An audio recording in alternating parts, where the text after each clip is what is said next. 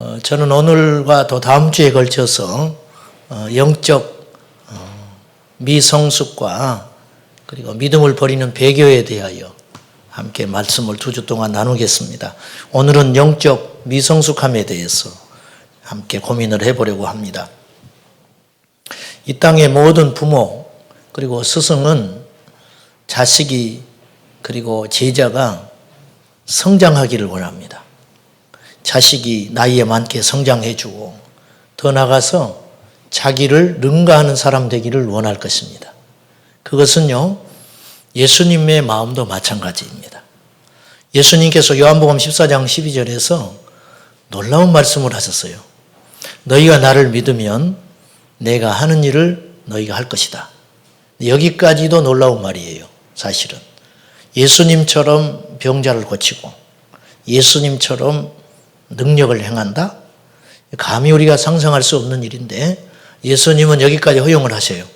너희가 나를 믿기만 하면 내가 하는 일을 너희도 한다. 근데 이보다 더 놀라운 말씀을 하세요. 그것뿐만 아니라 나보다 더 큰 일도 하리라. 그렇게 말하셨어요.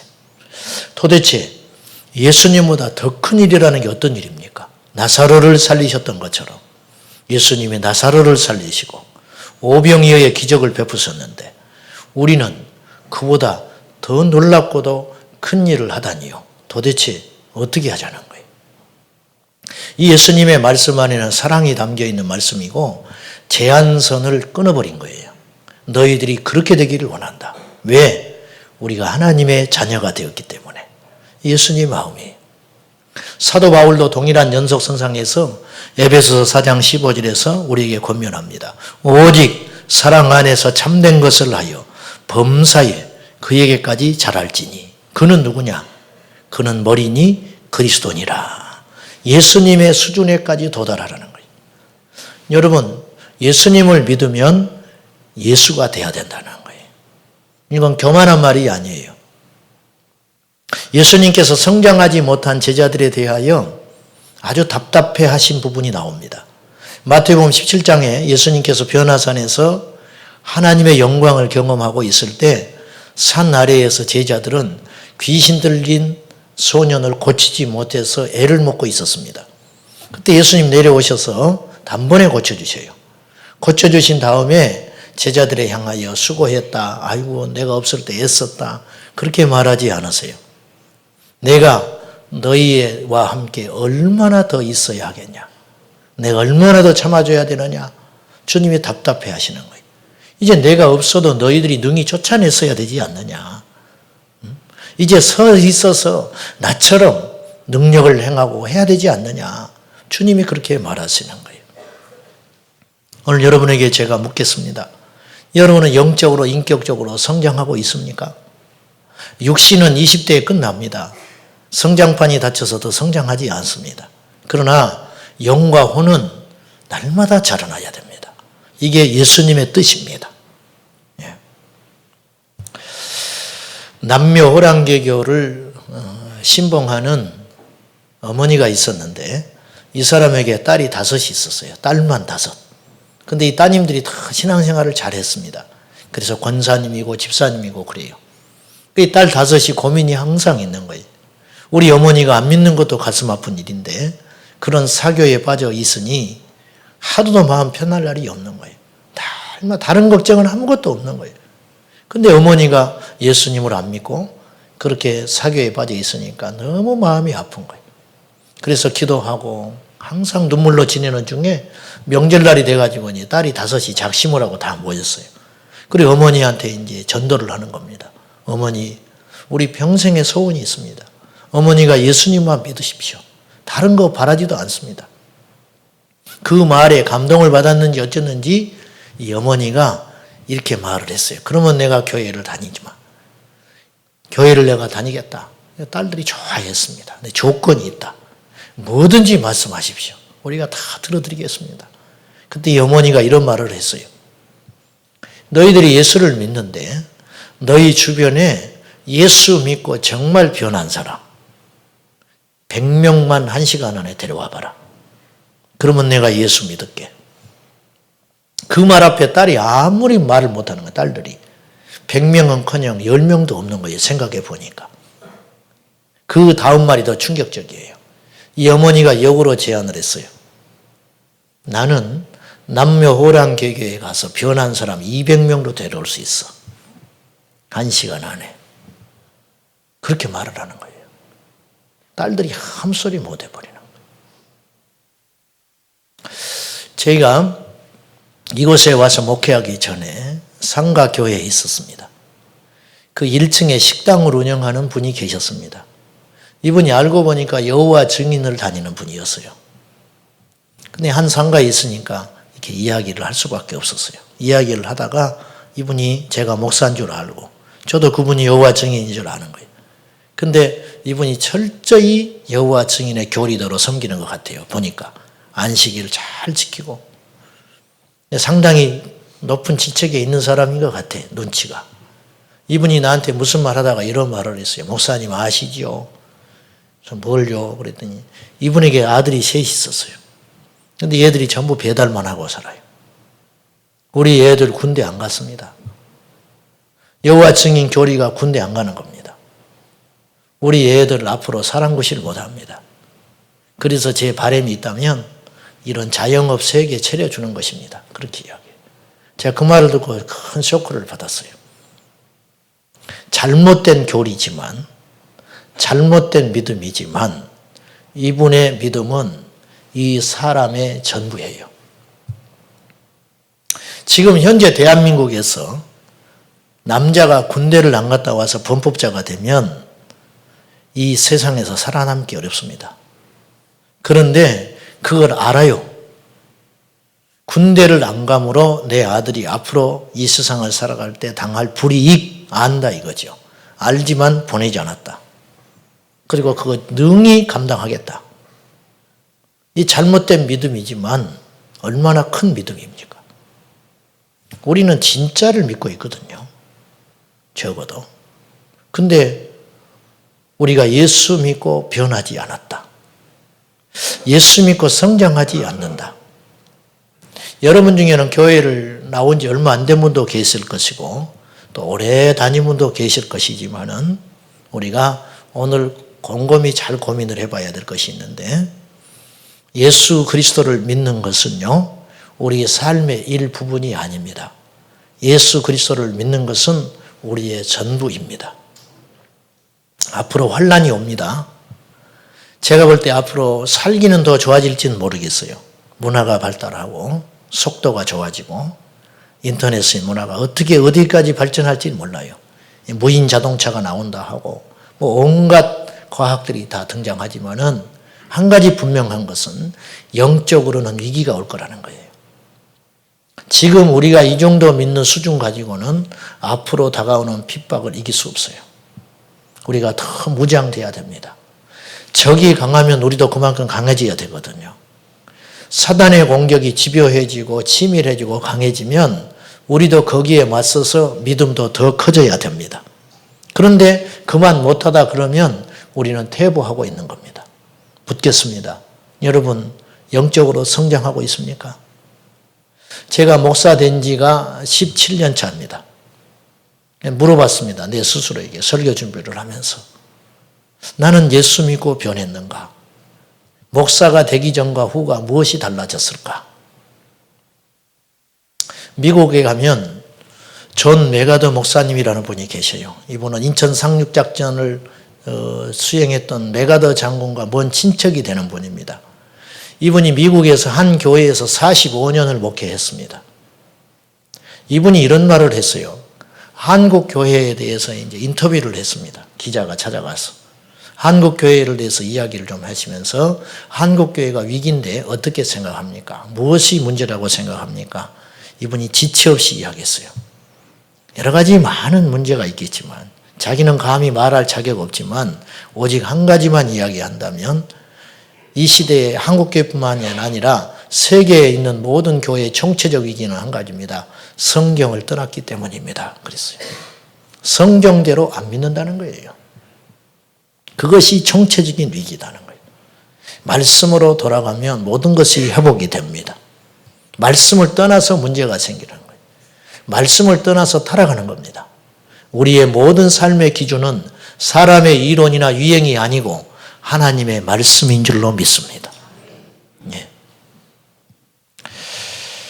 말씀대로 살아야 됩니다. 그래야 예수님이 됩니다. 우리 주님은 우리가 당신처럼 되기를 원한다니까요. 작은 예수가 되기를 원해요. 이 존 메가더 목사님이 이런 말을 했어요. 자기 집안이 5대째 믿는 목사 집안이에요. 5대 목사 집안이에요. 근데 자기 아버지한테 받은 최고의 유산이 있다고 이분이 고백을 했어요.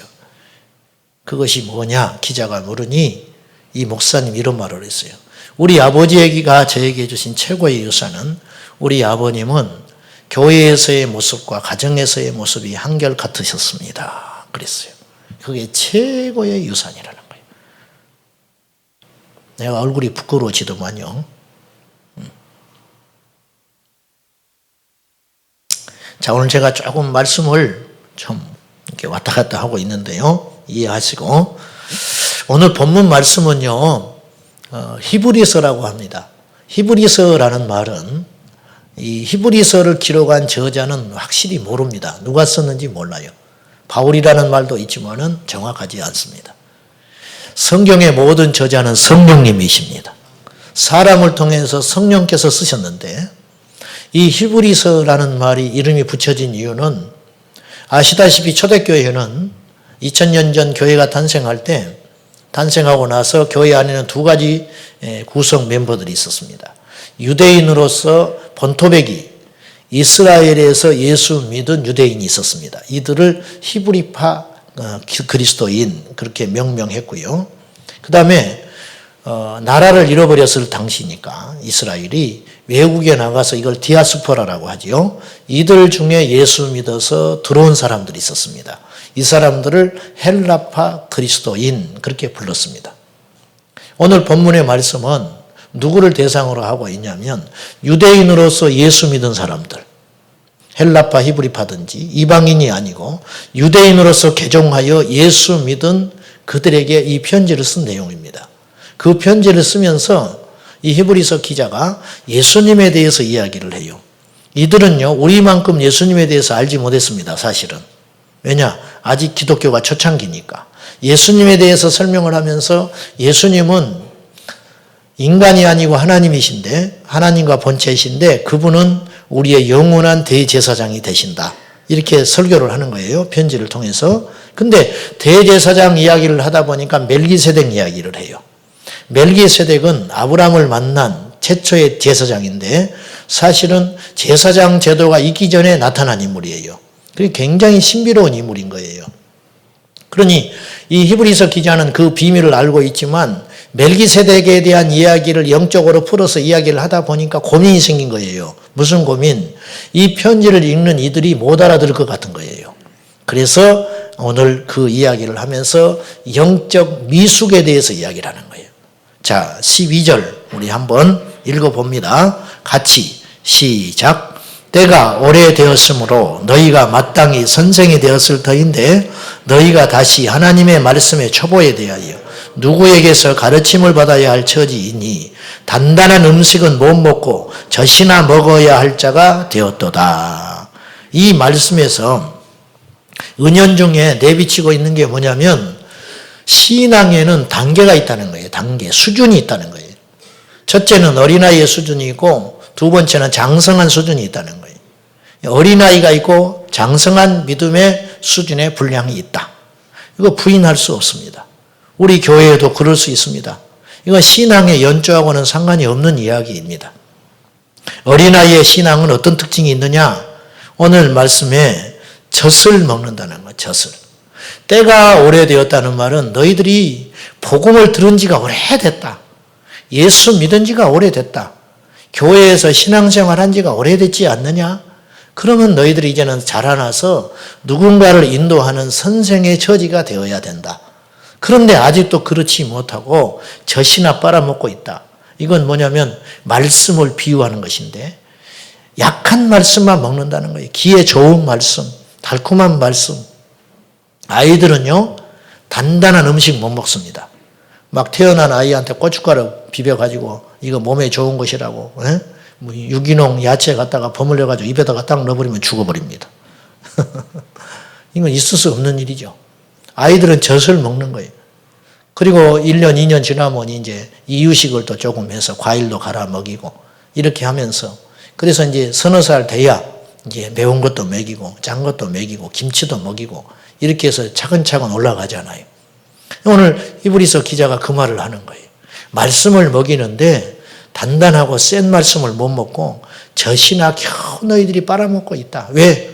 센 걸 먹으면 죽어버릴 것 같은 거예요.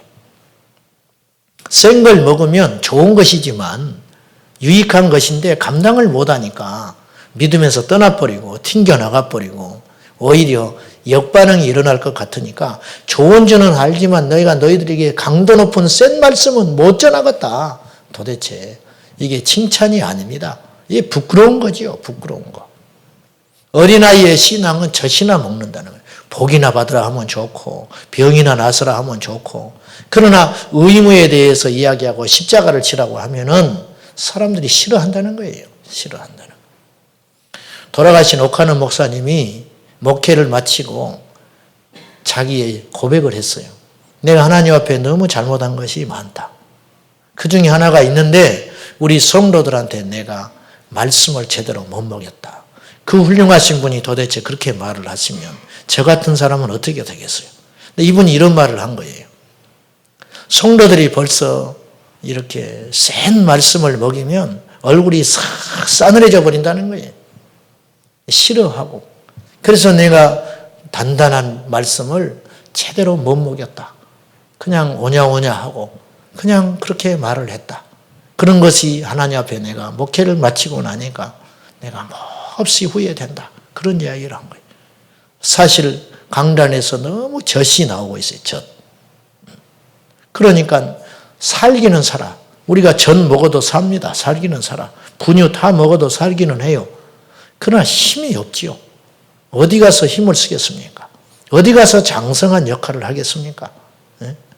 양복 입고 40대 비즈니스맨이 말이죠. 길거리 가면서 젖이나 빨고 다니는 걸 상상해 보십시오. 여러분. 보기 좋습니까?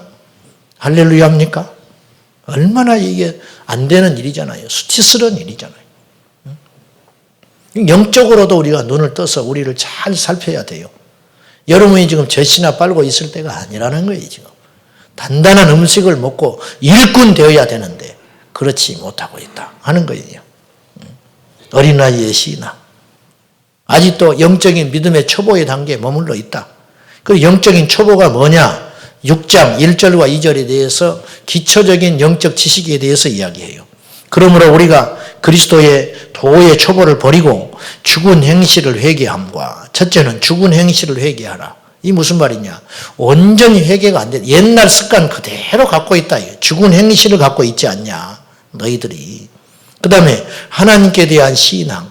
이제 하나님이 있다 없다는 말할 수준이 아니다. 어떻게 아직도 하나님의 존재를 의심하고 있냐? 그 다음에 세례 받는 것. 안수. 원어에 보면 이 안수는 성령의 은사에 대한 이야기예요. 아직도 뭐 방언을 받아야 되냐 말아야 되냐 뭐 그런 걸 가지고 이야기할 때가 됐냐 그 말이에요. 네? 죽은 자의 부활. 어떻게 사람이 부활하냐고. 그걸 아직도 믿지 못하고 있냐. 그 다음에 영원한 심판. 주님이 재림하시고 마지막 날에 우리를 심판하실 것인데 그것이 명백한 진리인데 아직도 그것에 대해서 의심을 품고 너희들이 그 소리를 계속 들어야 되겠냐.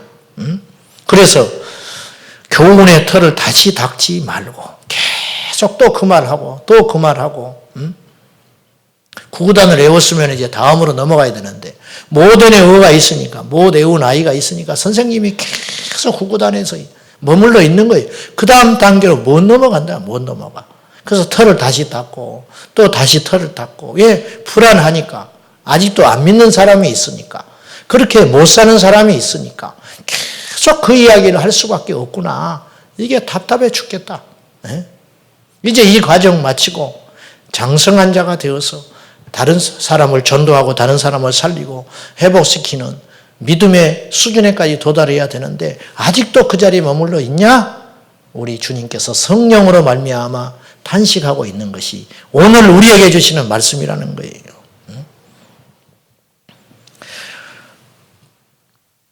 이 어린아이의 신앙은 도의 처부에 머물러 있을 뿐만 아니라 누군가의 도움을 받아야 돼요. 누군가의 도움을 받는 수동적인 신앙생활. 언제까지 그러려고 있느냐 하는 거예요. 옳고 그름을 분별하지를 못해. 아이들은 손이 많이 가지요. 아이들은. 밥도 자기 손으로 못 먹어. 소변도 못 가려. 잠을 잘 때도 누가 옆에 있어야 돼요. 안 그러면 막 칭얼대는 거예요. 깨어났으면 놀면 되는데 깨어나서 또 울고 앉아 있어요. 또 잠을 충분히 못 자면. 이게 어린아이라. 어린아이. 영적 어린아이가 있어요. 영적 어린아이. 이제 장성하여 일어나서 하나님 앞에 믿음으로 살아야 되는데 그렇지 못한다. 주일날 안 보인다. 그럼 목사 마음에 어떤 생각이 들어야 정상이냐면요. 아, 저분이 오죽하면 오늘 교회를 못 왔을까. 아마 지방에 급한 일이 갔었을 텐데 그곳에서도 분명히 예배하고 있을 거야. 그리고 이따 오후쯤 되면 전화가 올 거야, 나한테. 이런 믿음이 있어야 되는 거거든요. 근데 안 보여. 안 보이면 내 마음속에, 목사의 마음에 본능적으로 아이고 또 뭔 일이 있을까? 응? 또 누구하고 싸웠구만. 또 지난주에 얼굴이 안 좋더만 또 교회 누구하고 또 투닥투닥 했구만. 또 이게 어린아이라. 계속 불안한 거예요. 불안한. 애들이 안 보이면 불안하잖아요. 안 그래요? 응? 남편이 안 보이면 불안합니까? 좋죠. 좋아. 엊그제 우리 권사님하고 이야기를 하는데 권사님이 그런 이야기 하더만. 집사님이 그러던가 권사님이 그러던가. 이게 주부들이 여러 명이 앉아서 놀다가 이제 수다 떨고 밥 먹고 한참 시간 가는지도 모르고 놀다가 저녁 시간이 됐어요. 저녁 시간이 됐어. 그래서 일어나면서 훌딱 일어나면 인상을 팍 쓰고 일어나서 가는 말이 하면서 나만 신랑이 있네? 나만 신랑이 있어. 밥 차려주러 가야 되니까. 아주. 그렇게 불평을 하면서 일어나더라는 거예요. 안 보여도 불안하지 않는 거지요. 장성하니까. 저분이 오죽하면 저러냐. 이게 장성한 자인데 그런 믿음과 신뢰를 하나님에게 주지 못하고 있다는 거예요. 어린아이니까. 사랑하는 성도 여러분, 이제 성장하여 선생이 되어서 누군가를 주님께로 온전히 인도하는 믿음의 장성한 자가 되시기를 축복합니다. 장성한 자가 있죠. 장성한 자. 다 커서 성장한 사람. 성장한 사람은 단단한 음식을 먹습니다. 오늘 말씀에 단단한 음식은 뭐냐? 아주 강도 높고 센 말씀을 소화해낸다는 거예요. 소화해낸다는 거예요. 어떤 분이 교회에 왔대요. 남편을 교회를 안 다니니까 그렇게 전도를 하려고 기도를 했어요. 근데 어느 날 교회를 그렇게 한 번만 가자, 한 번만 가자. 내 평생의 소원이다. 오늘만 가고 내가 오란 소리 안 할게. 그러니까 남편이 귀찮으니까 알았어, 한번 가주지 뭐. 그리고 교회를 딱 모시고 왔어요. 근데 그날따라 목사님이 생전 안 하던 설교를 하는 거예요. 헌금하라고 설교를 하는, 헌금하라고. 아주 큰일 났어요, 큰일 났어. 막 너무너무 야속한 거예요, 목사님이. 아니, 평소에 그런 분이 아닌데 왜 헌금 설교를 해요? 오늘 하냐고. 오늘 남편을 데려온 날 이제 다시는 안 오게 생겼네. 큰일 났네. 그냥 불안해서 죽겠는 거예요. 막 이제 은혜 받는 건 다 날아가 버렸고 이제 오직 남편 얼굴만 힐끗힐끗 쳐다보고 있는 거예요. 남편이 뭐 인상을 우르락부르락 쓰고 있는 것 같아. 예배가 끝났어요. 예배가 끝났는데 남편이 얼마나 성질이 났는지 일어나지 않고 고개를 푹 숙이고 있네. 큰일 났다. 나까지 교회 못 가게 생겼다. 이제. 이렇게 보니까 이 왼수덩이가 울고 앉아있네. 울고 있어. 놀래버린 거예요. 얼마나 화가 났으면 울고 있을까. 여보, 교회 이제 집에 가야지. 그랬더니 이분이 이렇게 이야기하는 거예요. 내가 목사님 설교를 듣고 보니까 내가 너무 잘못 산 것 같아. 내가 그동안 술 먹고 담배 피우고 못된 짓에서 버린 돈이 얼마나 많은데 내가 이거 하나님께 갖다 드렸으면 얼마나 좋았을까. 그래 버리는 거예요. 믿음이 자기보다 더 좋아. 처음 교회 온 사람이. 여러분 말씀을 들을 때 여러분 사람을 보지 마시고요. 선포되는 말씀이 성경에 근거한 것이라면 그 말씀이 어떤 말씀이든지 아멘 받으시기 바랍니다. 우리는 귀에 좋은 말씀이 은혜스럽다고 그래요. 이게 너무 잘못된 신앙의 태도예요. 귀에 달콤한 소리가 은혜되는 게 아니에요. 그것이 내 영을 살리는 게 아닙니다. 진리가 나를 살립니다. 성경에 있는 말씀이 나를 살리는 것이지 나를 기분 좋게 만들고 나의 용기를 북돋아주고 나를 힐링하는 그 말씀이 나를 살리는 게 아니에요. 그 말씀 여러분 듣고 집에 가서 무슨 변화가 일어나며 무슨 마귀와 싸워 이길 수가 있고 무슨 영적 힘이 느껴지겠습니까? 우리가 죽을 먹고 무슨 힘을 씁니까? 단단한 음식, 고기를 먹고 양식을 충분히 먹어야 이 세상에 나가서 마귀와의 싸움에서 승리할 수 있는 것입니다. 단단한 음식을 먹어야 됩니다. 십자가의 말씀을 먹어야 됩니다. 능력의 말씀을 먹어야 우리가 성장하고 크고 이 세상의 제약을 이기고 이 권세로 승리할 수 있는 것이지 맨날 위로와 격려와 힘을 얻다가 그것이 뚝 끊어져 버리면 우리가 세상에 나가서 갈 길을 모르고 홀로 서기를 못하는 거예요. 홀로 서기를 못해 이제는. 두 아들을 둔 어머니가 있었는데 5살, 7살인데 어머니가 생일이 됐어요. 근데 생일 선물을 가져왔어요. 큰아들이 선물을 줍니다. 어머니. 그리고 딱 열어보니까 누주가 하나 들었어요. 사디스한 누주가. 야, 기특하다. 넌 어떻게 이걸 살 생각을 했냐 그랬더니 이 아이가 이렇게 말을 했어요. 어머니가 아침마다 입술에 바르는 걸 보고 어머니가 이게 필요할 거라고 생각했어요. 그 누주를 딱 줬다. 너무 기특한 거지. 둘째 놈이 5살 먹은 애가 선물을 줬어요. 딱 열어봤더니 장난감 칼이 들었어요. 왜 이걸 줬냐 그랬더니 이거 좋은 거라는 거예요. 좋은 거라는 거예요. 지가 갖고 싶은데 아껴서 사온 거라는 거예요. 이게. 우리 꼬맹이가 어릴 때 저한테 선물을 줬어요. 생일이라고. 수건에다가 묶어가지고 유치하게 더러운 걸 가지고 열어보니까 초코파이 하나 하고 추파춥스 사탕 하나 하고 들었어요. 안 먹었어요. 제가 버려버렸어요. 지 수준에 맞는 걸 줬어요. 제가 그거 갖다 뭐 하겠습니까? 제가 그거를 갖다가 빨고 다니겠어요. 그걸 사탕을. 우리가 하나님 앞에 어린아이 신앙으로 꼭 그렇게 주님께 들이대요. 내 기준에서.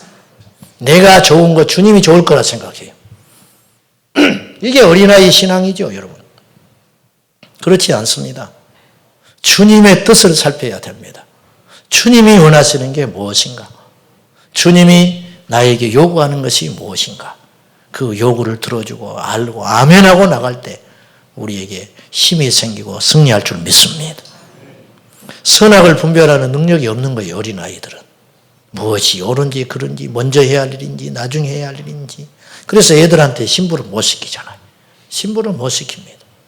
큰일을 못 맡깁니다. 그러니 우리에게 남은 숙제가 있습니다. 우리가 영적으로 성장하고 싶은 마음은 여기 모인 여러분들이 다 갖고 있을 겁니다. 그리고 예수님 앞에 바른 믿음을 가지고 정말 제대로 예수님을 믿고 싶은 마음은 한결같을 것이라 생각합니다. 근데 말처럼 잘 되질 않아요. 그 이유가 있습니다. 믿음은요, 반드시 희생을 먹고 큽니다. 근데 대가를 지불하질 않아요. 여러분, 세상에 그런 일은 없어요. 대가를 지불하지 않고 얻어지는 일은 없습니다. 첫째로 우리는 연단을 받아야 믿음의 장성한 자가 됩니다. 오늘 말씀의 14절 한번 읽어보겠습니다. 시작. 단단한 음식은 장성한 자의 것이니 그들은 지각을 사용함으로 연단을 받아 선악을 분별하는 자들이니라. 옳고 그름, 마귀의 역사인지 하나님의 축복인지 유혹인지 복인지 이걸 구분할 수 있는 능력은 연단을 받아서 경험을 가진 다음에 나온 값진 것이라는 거예요. 이 연단이라는 말은 한자로 달굴 연자에 두드릴 단자입니다. 불 속에 들어가서 꺼낸 다음에 망치로 두드리는 게 연단이에요. 얼마나 아프겠어요. 여러분은 불 속에다가 집어넣었다고 생각해봐요. 죽을 지경이죠. 또 꺼냅니다. 이제 살만 했는데 또 망치가 날아와서 나를 두들겨 때립니다. 그런데 여러분, 그래야 주님이 쓰는 도구가 된다는 거예요. 이게 연단이라요. 그걸 통해서 우리는 옳고 그름을 분별하는 자가 됩니다. 해야 할 말과 하지 말아야 할 말을 구분하게 됩니다. 저도 그렇습니다. 말의 실수가 너무 많은 사람입니다, 제가. 주일날 예배를 끝나고 어느 때는요, 집에 가면 밥맛도 없을 때가 있어요. 막 입에가 모래 한가득 들어있는 것 같아요. 어디로가 도망가 숨어버리고 싶어요. 왜냐하면 내가 너무 말에 실수를 한 거예요. 더 경솔하게 말을 했고, 왜 내가 설교 때 그런 쓸데없는 소리를 했을까? 이게 막 죽겠는 거예요. 근데 그런 시간들이 계속 되고 나니까 저에게 이제 조금 조심하게 되는 거지. 여러분이 볼 때는 어떻게 생각할지 모르지만은 조심스러워지는 거예요. 여러분에게 비유를 맞추자는 게 아니라 하나님이 내게 그걸 계속 지적하는 거예요. 너 그러면 안 된다. 우리가 교회 생활하면서 우리가 망신도 당할 때가 있잖아요. 그래서. 근데 그런 시간들을 통해서 하나님이 우리를 온전하게 빚어가시는 것이에요. 너무 아파요. 아프고 힘들고. 부부간에도 마찬가지고 대인관계도 마찬가지고 우리 인생에 고통이 올 때가 있습니다. 고통 앞에 인간은 세 가지 태도를 갖는다고 그래요. 하나는 체념을 한대요. 그냥 주저앉아 있는 거예요. 주저앉아 울고 있는 거예요. 두 번째는 도피한답니다. 도망가 버리는 거예요. 그냥 모르겠다. 세 번째는 돌파하는 형이 있다는 거예요. 스위스 정신분석학자였던 유명한 칼 융이라고 들어봤을 거예요. 이분은 굉장히 유명한 분인데 칼 융이 이분이 수많은 사람을 임상실험을 했어요. 그러면서 내린 결론, 중요한 이야기를 했습니다. 모든 신경질환의 원인은 정당한 고통을 회피한 결과다. 고통을 회피한 대가는 회피하고자 했던 고통보다 결국은 더 고통스럽게 한다. 성숙과 성장은 고통이라는 과정을 통해서 반드시 이루어진다. 이런 말을 했어요. 고통을 피하고 회피하면 그 회피한 것 이상의 더 큰 고통이 그 사람을 기다리고 있다는 거예요. 성숙한 인격을 갖고 장성한 인격과 영성을 소유하기 위해서는 고통을 피하지 말고 고통과 맞서 돌파해야 된다는 거예요. 목사님은 내가 당하는 고통이 얼마나 큰지를 몰라요. 그렇게 이야기하실 것입니다. 분명히. 저는 아시다시피 참 가난한 집에서 컸습니다. 근데 예수 믿고 제가 목사가 되고 나니까 이 가난이 재산으로 다가왔어요. 내가 가난했기 때문에 절실해요. 가난하기 때문에 그나마 조금이라도 없는 사람을 이해할 수 있을 것 같아요. 아, 이게 복이구나. 지난날 걸어왔던 아픔, 시련, 실패. 내가 뭐 얼마나 큰 실패는 안 했겠지만 여러분 앉아있는 여러분들은 저보다 더 굴곡진 생애를 산 분이 많으시겠지만 꼭 기억해야 됩니다. 그 상처가요, 하나님께서 허락하신 것이라면 그 고통조차도 여러분을 단단하게 만드는 능력의 원천으로 삼으시기를 축복합니다. 이것이 장성한 자예요. C.S. 루이스는 이런 말을 했어요. 그래서 고난은 위장된 축복이라. 고난을 당했기 때문에 겸손합니다. 고난을 당했기 때문에 하나님만을 바라봤습니다. 고난을 당했기 때문에 인격적으로 성숙해졌습니다. 그때는 아프고 힘들었지만 복입니다. 불 속에 들어갔다 망치로 두들겨 맞고 그래서 하나님이 우리를 쓰는 것입니다. 그런 과정이었으면 하나님이 절대 쓰고 싶어도 쓸 수가 없어요. 낫이 들어야 쓰지요. 삽이 땅이 퍼져야 쓸 것 아닙니까? 두들겨 맞고 불 속에 달구어지는 수많은 연단의 시간을 겪고 난 다음에야 내 것이 아무것도 아니구나. 내 힘으로 할 수 있는 일이 아무것도 없구나. 그때서야 주님이 일하기 시작하는 것이죠. 이게 장성한 믿음의 분량이라는 거지. 사랑하는 여러분, 연단 중에 있는 여러분, 낙심하지 말고 이 고난을 회피하지 말고 믿음으로 돌파하시기를 축복합니다. 그러면 힘이 생겨요. 그러면 힘이 생겨요. 나비학자가 이 꼬치에서 나비가 변해가지고 나오는데 너무 불쌍하더라는 거예요. 가느다란 몸으로 날개짓을 하고 작은 구멍에서 나오려고 애를 쓰는 걸 보고 너무너무 불쌍해서 가위로 싹둑싹둑 잘라줬다는 거예요. 꼬치 입구를. 그랬더니 나비가 그냥 쉽게 쑥쑥 나오더라는 거예요. 그래서 조물주를 자기가 의심했다는 거예요. 하나님 참 너무하시네. 이걸 좀 이렇게 술렁술렁 나오게 하지. 이 가느다란 거, 연약한 것을 작게 해서 이렇게 고생을 시키는가. 근데요, 며칠 있으니까요, 놀라운 일이 벌어졌어요. 쉽게 나온 나비들은 전부 날지를 못하고 뚝뚝뚝 떨어져 버리는 거예요. 작은 구멍을 뚫고 고생하고 나온 그 나비들은 건강하게 날아다니는 거예요. 나중에 연구를 깊이 해보니까 놀라운 섭리가 있었어요. 이 구멍이 작게 만든 하나님의 이유가 있었다는 거예요. 거기를 나오면서 날개짓을 하고 고난을 하고 쓰리고 아프고 힘들지만은 그걸 나오면서 나비의 날개에 근육이 생기고 힘이 생겼다는 걸 알게 됐어요. 구멍이 커서 쉽게 나온 나비들은 근육이 생기질 않아가지고 전부 그때는 좋았지만은 뚝뚝뚝 떨어져 버리고 말았다는 거예요. 사랑하는 여러분, 여러분에게 연단이 있음을 축복합니다. 연단이 있음에 감사하시기 바랍니다. 그래야 하나님이 크게 쓰시는 거예요. 그래야 하나님이 길게 쓰는 것입니다. 또 하나 우리가 영적으로 성장하기 위해서 꼭 잊지 말아야 할 것은 우리가 부지런히 우리 의지를 하나님이 기뻐하는 것을 선택하며 살아야 한다는 거예요. 우리 믿음 생활에 있어서 우리 인생에 있어서 하나님께서 우리에게 주신 것인데 의지라는 거예요. 자유의지. 우리가 복음을 오해하고 있어요. 은혜를 오해하고 있는 것 같아요. 특히 한국교회는 그러는 것 같습니다. 그냥 복음, 하나님의 은혜, 아무것도 안 하는 걸로 생각해요. 그렇지 않아요. 성경에는요, 자세히 말씀을 치우치지 말고 들여다보면은 우리에게 주신 의지, 이걸 굉장히 강조해요. 다니엘서에는 3번의 시험이 나옵니다. 다니엘서 1장에 다니엘이 시험을 받습니다. 어떤 시험을 받느냐? 왕의 진미를 먹는 일입니다. 이걸 먹고 살이 포동포동 쪄야 되는 거예요. 근데 이 음식은 불결한 음식이에요. 제사 음식입니다. 그래서 다니엘은 거부합니다. 성경에 다니엘서 1장 8절은 이렇게 기록하고 있어요. 다니엘이 뜻을 정하여 왕의 진미로 자신을 더럽히지 않기로 결심했다 그랬어요.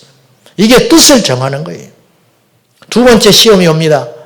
다니엘서 3장에 다니엘의 세 친구가 금신상에 절하지 않으므로 불 속에 들어가는 시험을 당합니다. 그때 이들이 외칩니다.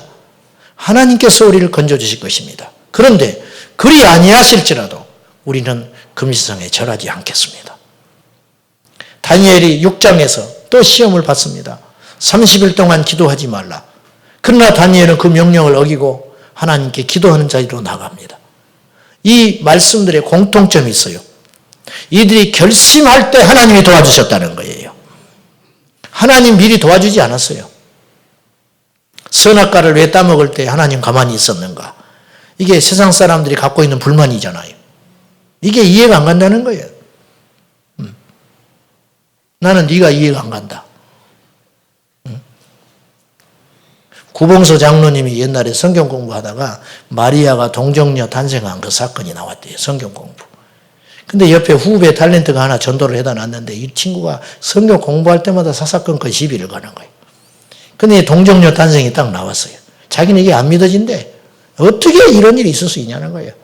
구봉서 장로님이 젊은 날에 혈기가 있으니까 성길이 나가지고 벌떡 일어나가지고 야 이놈아, 지 남편이 가만히 있는데 왜 네가 난리냐. 지 남편도 믿어준다는데 네가 뭐인데 안 믿어. 가지고 뭐라고 했다는 거예요. 선악과를 왜 범할 때 하나님은 가만히 지켜보고 있었냐. 그 하나님이 살아계신 하나님이냐고 시비를 걸어요. 하나님이 요구하는 건 이것이었어요. 하나님이 이미 의지를 줬습니다. 선택할 수 있는 믿음의 의지를 줬어요. 하나님은 우리를 로봇으로 창조하지 않았다는 걸 꼭 기억해야 돼요.